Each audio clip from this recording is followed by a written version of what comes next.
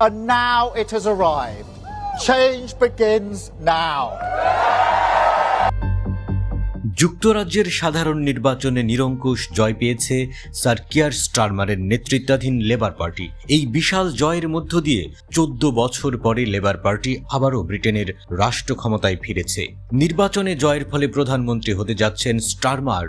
তবে ব্রিটেনের সাধারণ নির্বাচনে লেবার পার্টি জিতলেও দলটির শক্ত ঘাঁটি হিসেবে পরিচিত বেশ কিছু এলাকায় তাদের প্রার্থীরা গাজাপন্থী স্বতন্ত্র প্রার্থীদের কাছে হেরে গেছেন। আরও অনেকে পড়েছেন শক্ত প্রতিদ্বন্দ্বিতায়।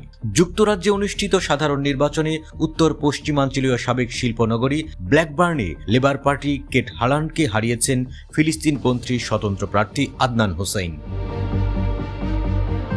বিশ্লেষকদের মতে ফিলিস্তিনের গাজা উপত্যকায় ইসরায়েলের যুদ্ধ নিয়ে লেবার পার্টির অবস্থানে দলটির অনেক ভোটারের মধ্যে যে বিভক্তি ও অসন্তোষ রয়েছে সেটিরই ইঙ্গিত স্বতন্ত্র প্রার্থী আদনানের এ জয়।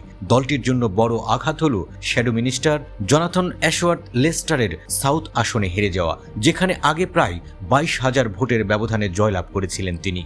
10% বেশি মুসলিম ভোট আছে এমন আসনগুলোতে লেবার পার্টির ভোট কমেছে গড়ে 11%। ইলোফোর্ড নর্থে শ্যাডো স্বাস্থ্যমন্ত্রী ওয়েস্ট স্ট্রিটিং আগে জয়লাভ করেছিলেন 9,000 ভোটের ব্যবধানে। এবার তার জয়ের পার্থক্য মাত্র 528 ভোট।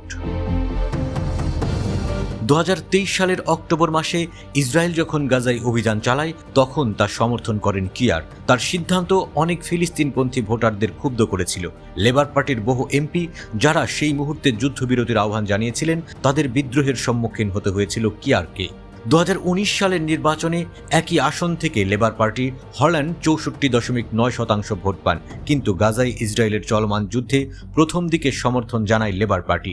এ সমর্থনই নির্বাচনে ব্ল্যাকবার্ন আসনে লেবার পার্টির মুসলিম ভোট হারানোর পেছনে বড় ভূমিকা রেখেছে বলে মনে করা হচ্ছে। এ আসনে মুসলিম ভোটার ছিল প্রায় 35%। যেখানে মুসলিম ভোটার বেশি সেখানেই দলটি খারাপ করেছে। যতটুকু জানা যাচ্ছে লেবার অধিক মুসলিম জনগোষ্ঠী আছে এমন 5টি আসনে হেরে গেছে। এর মধ্যে 4টিতে স্বতন্ত্র আর একটিতে কনজারভেটিভ প্রার্থী জয়ী হয়েছে। অন্যদিকে স্বতন্ত্র প্রার্থীরা যারা গাজাকেই তাদের প্রচারণার কেন্দ্রবিন্দুতে রেখেছিলেন তারা ডিউসবুরি, বাটলে, ব্ল্যাকবার্ন এলাকায় জয়ী হয়েছেন, যেখানে আগে লেবার পার্টির ভালো সংখ্যাগরিষ্ঠতা ছিল। গাজা দ্বন্দ্বের বিষয়ে অবস্থানের জন্য লেবার পার্টির উপর চাপ ক্রমশ বাড়ছে। ইসরায়েলে গত 7 অক্টোবর হামাসের হামলার জবাবে ইসরায়েল গাজায় অভিযান চালিয়ে যাচ্ছে। প্রধানমন্ত্রী হলে কিয়ার স্টারমার ফিলিস্তিনকে রাষ্ট্রীয় স্বীকৃতি দিতে রাজি বলে জানিয়েছে কাতার ভিত্তিক গণমাধ্যম আল জাজিরা।